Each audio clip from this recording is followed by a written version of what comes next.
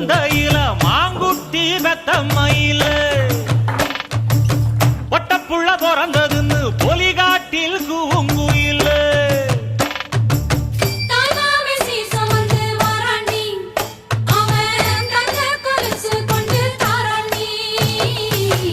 இரு சுமந்த